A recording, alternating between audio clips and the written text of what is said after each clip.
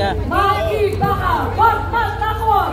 Original UP Diliman, Makibaka Group. Pero iniwanan ko na po ang komunista AM, MPA, at ako ay nag-born again Christian.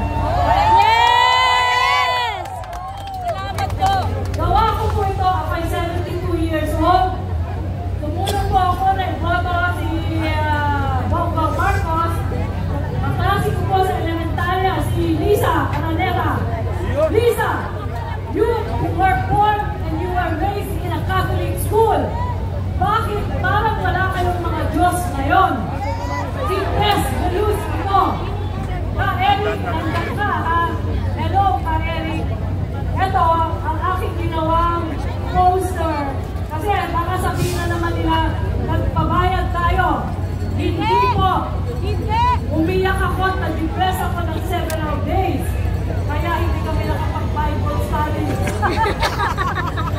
Ang nasa hanap dito, ibalik si Tatay Rodrigo Duterte at ang kabila, impeach tayo. Okay yan! Duterte! Cebu! I have to tell ICC. We are also victims of NPA, drug addicts. It's not a one-way victim of drugs. Okay? Hindi lang EJK. Maraming biktima ng pang-aabuso ng mga drug addict, pusher, at mga terorista. Ayun tama! Duterte! Duterte! Oh, partner! Partner, meron tayo dito mga bagong dating natin. Galing ng Cebu. Okay, ano? Ang mensahe nila? Mensahe niyo po, sir.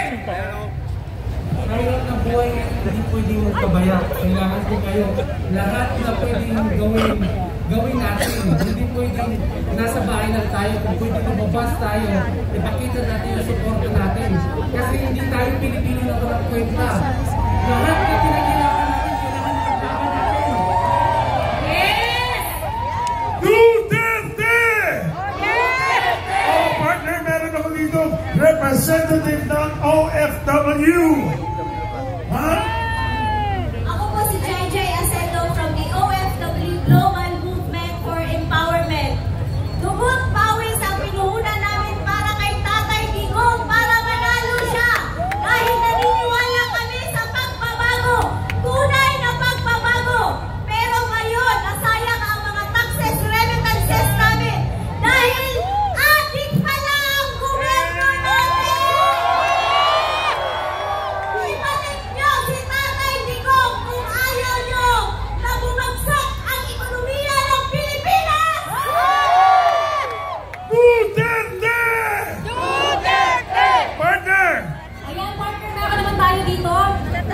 Hi, we got from Miss Tia from TikTok community. Actually, I'm part of those dedicators for Tatay Digong. And we have combated so many others and also content and mga bangag loyalista. Okay, mark this day. This will be the first day of their reckoning. Mark this day. This will be the end of the regime. Huwag muna natin pababayaan ang ating tatay, ang ating superhero. Sinakripisyo niya ang buhay niya. Alang-alang sa ating, ilan tayo mga milyon? Mga 110 million Filipino people all around the world. Okay, I'm representing my Maranao pride from Marawi City. And I would like to thank Tatay Digong for the lasting peace you gave to our fatherland in Marawi City and Laron Sur, for giving us the opportunity to govern ourselves through BARMN and FYI. There are two people who blocked the way for the organic law to be passed. And ang mga tao yun ay si Jesus Codera at si Bangag. Okay, tandaan mo natin dalawang tao yan.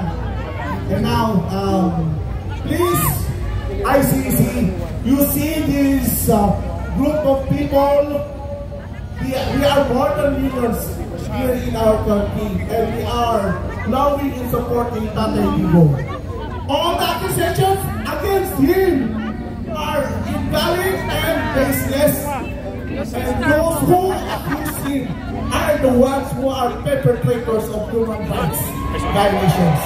Thank you. Duterte! Ito naman, meron tayong kasama partner galing sa Filipino Guerrilla Forces. At ikaw, sir, ano po ang mensahe niyo? Maraming salamat. Bakit nga pala ako napunta rito? Napunta ako po rito, pinadala ako. Dapat sa IG, tingnan nyo sa IG. Ni Kapitan General Clemente alias Dado. Ay, nakataan siya. Kilala niyo po ba? Kilala niyo?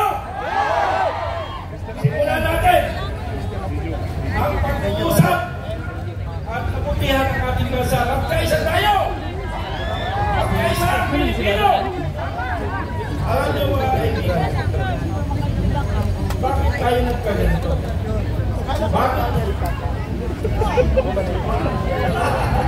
Bakit tayo nagkaganito? Dahil nga sa panahon namin, ni Pangulong Marcos Sr. bumalik ngayon na mas malala. Sa totoo lang, ako ay nakapasangko sa Marcos Sr. Pero ngayon, ako,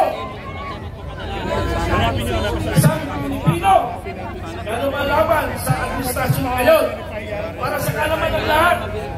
Ako ay tumulong sa campaign na para lang makabawi ang Marcos. Ngunit, dinago ang sampayan ng Pilipino. Alam niyo ba yan? Alam niyo ba? Nang dahil ni Marcos Bangag Jr. magkawatak-watak ang Pilipinas. Ang Pilipinas, ang lupa ng Pilipinas, maghihiwalay-hiwalay pag hindi tayo nagkasulit-sulo. Dapat, sa totoo lang mga kaibigan, ang Mindanao, yung sinasabi ko noon, ang sinasabi ko ngayon, ayaw ko. Kapag hindi galing Sinay, Ang Mindanao, 100%. ay may hiwalay sa Pilipinas. Ako po ay taga-ubi na Mindanao. Lumagin dito sa Luzon. Ngunit, nang Justice cannot choose personalities and ideologies. So, and I realize that ICC has wrongfully detained and is investigating President Duterte because there are two requirements for criminal crimes of humanity: widespread and systemic. You cannot be systemic when there are vigilantes. There are vigilantes all over the world against drugs, against bullying, against. So you cannot keep a systematic way of curtailing or managing it. Second, how can it be widespread? The data is corrupted.